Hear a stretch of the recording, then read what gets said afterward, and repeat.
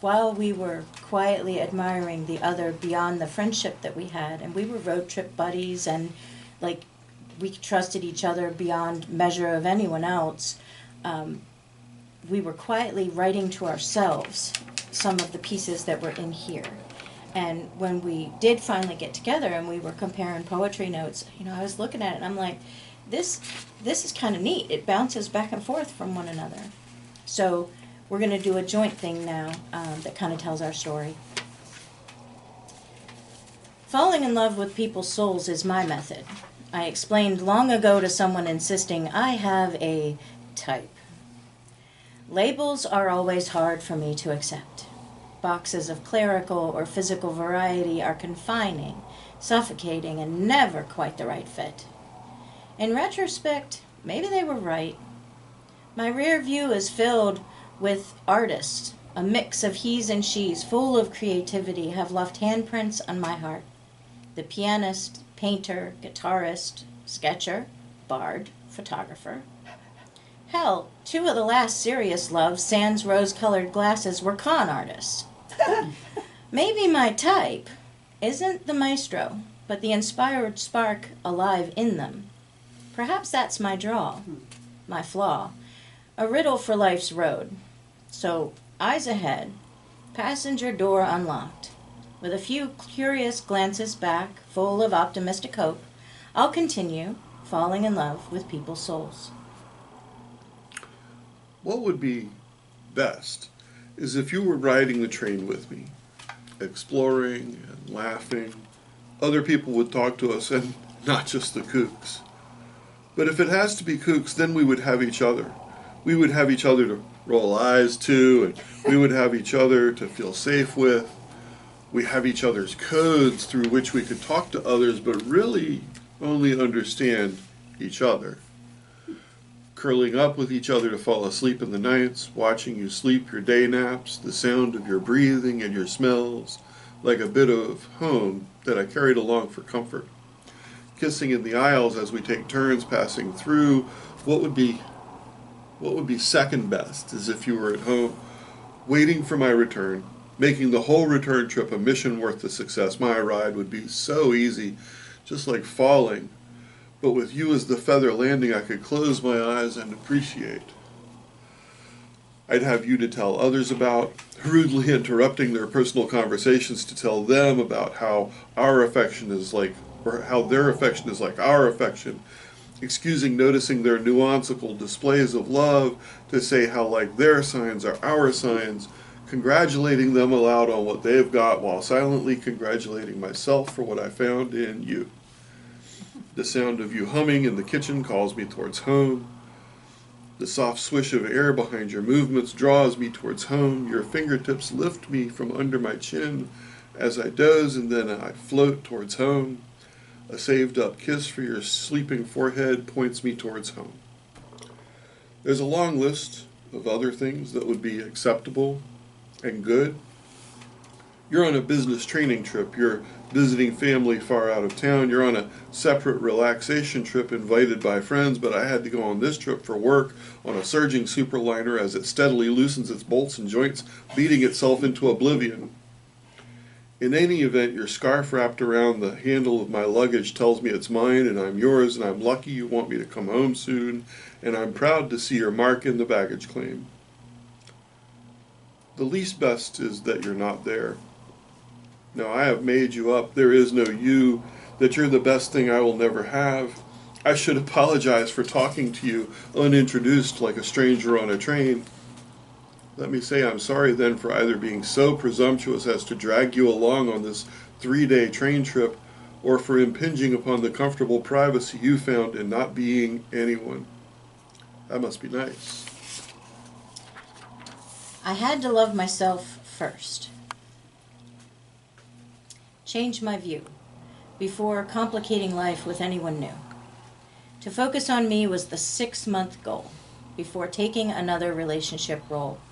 Needed to solidify and solidly be my own friend before pledging happily ever after ends.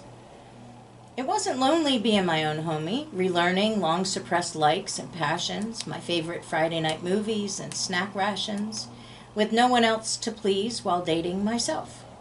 I enjoyed putting coupledom concerns on a shelf. Taking time for self-care was important and necessary in order to see someone new as complementary, not as completion of a missing half. I am already whole. With a clear mind, my heart could spare room for your soul. Exposing outstretched palms, you patiently waited, traveling together, taking classes, found companionship sated, contemplating your nature one night, talking on the phone. I quietly decided to myself that you feel like home.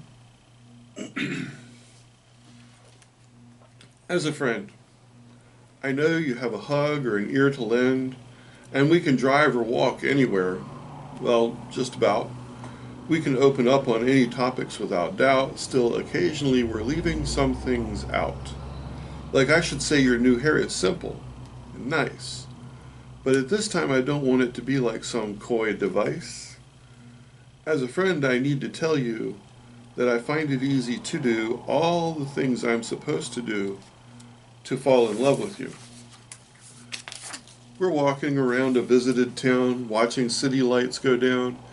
Now it's like it's time to wrap up the day, and I feel like I have all these things that in fairness I should say.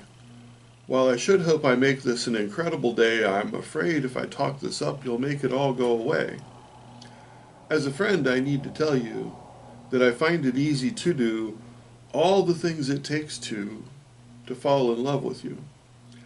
I'm used to getting skipped in line when the clerk was talking to me, and visiting a big place like this full of people who walk by but do not see is like a metaphor for the life that I usually lead. Hidden in plain sight, I could be that thief in the night. I've thought that I could make stealing hearts my game. No, I'm too shy and too moral. I don't want to play with that kind of shame. I have to wonder if leading you on this trip to a different land as a friend would get waylaid if I reached to walk with your hand. But as fragile an eggshell as an evolving friendship can be, you've never had a problem breaking into that eggshell to get a look at the real me. No, you've rarely even trod on eggshells for me. In fact, you're down for pretty much anything I do, and as a friend, it's never been hard to get noticed by you. As a friend, it's time to tell you that you make it all easy to do and say the things it takes to fall in love with you. My Pyrex measuring cup outlasted my marriage. I have towels in my linen closet that were used on my honeymoon. Each of these things was given more care than I was, and I stayed treated second-hand for 14 years wearing his gold band. Hell, the quilt my mother gave me as an engagement gift still adorns my bed where you and I lay now, 10 years after my divorce. You, my friend, were not expected in this role on my life's course, so please understand as we venture down this path, I'm a little out of practice and a bit scared of messing up. I'm in no rush like some high school crush, functioning on hormones and Mountain Dew. I've been thinking a while on what it would be like having a future with you. You, who encourages my talents, shows up to support poetry, comments to others with care, treating the busboy the same as the CEO, maybe better, and in whose presence I can let down my guard and sleep. You, who anticipates my needs and learns my intricacies on purpose. It might sound simple, but this is all new to me. Our established friendship means the tough conversations have already taken place, effortlessly. With intersecting circles of familiar smiling faces, we already travel the same welcoming spaces. It's all so different from what I previously knew, so when I whisper to take it slow, it's because I'm enjoying the view on this ongoing road trip with you. Unlike my difficult past with the ex, I see our real potential to outlast my towels and Pyrex. So, Nick, there's something over his chair over here. Yeah, come on, in, kids. Yeah. So eventually someone has to break the ice, and I did it at an open mic by taking her hand without like saying, hey, I'm going to take your hand, because you don't want to interrupt the reader.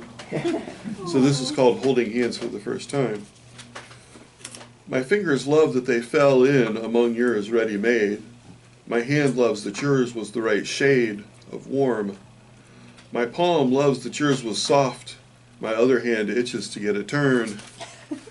The back of my hand loved that you switched the hold with ease, graced it with something between a caress and a tease.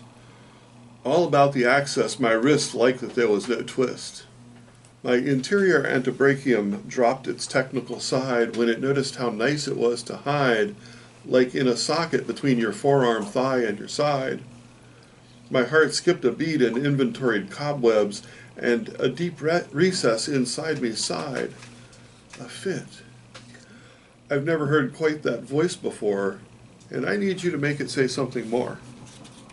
I grew up on fairy tales and folklore, leaving trinkets in the forest, appeasements to the gods whose names I didn't even know, laughing underwater in the river to see if it giggled back in ripples or babbled like a brook whose language I hadn't learned yet, but would. Small bowls of milk and honey, perhaps a biscuit crumb or two, left on the back stoop at twilight hour, offering to the wee ones, brownies, imps, leprechauns. Wishes were my currency, intentions from the mind and heart sent out to the universe on currents of incense and candle smoke. With a child's faith and hope, innocent eyes cast adoringly to Lady Luna above, soft young lips whispered to a rosebud of recipe meant for building love. Kindness with a capital K, ruling the heart, generous compassion, understood from the start, an inner light to brighten any road, attuned to my inner firefly Morse code, a delicate touch like butterfly wings, but strong enough to withstand whatever life brings. This custom-crafted being bring to me, so mote it be, so mote it be. Fearless on paths without breadcrumbs, mixed heavily with superstitions, caught often in rock and hard places by smiley-faced juxtapositions. To modern life and adulthood I succumbed, figuring any bad apple antagonist were designed to show me what I don't want, in order to recognize what I do when the narrative shifts. Wishes were still made on stars, and dreams whispered to dandelions, covered in adventure and wonder. I marveled at what life is. Suddenly, with a twist of a lock and a toss of a brass key over the left shoulder, not the right, that's for salt, stepping into a new independent reality. 43 tick-tocked into 1 year older. And then, there you were, right there in front of me. Further enchanting my spell when skybound, wise Luna and the Rosebud had conspired, delivering all stated in childhood, through time, exactly as desired. I finally found my karma. My living wish came true. There's no one I'd rather jump the broom with for the rest of this life than you.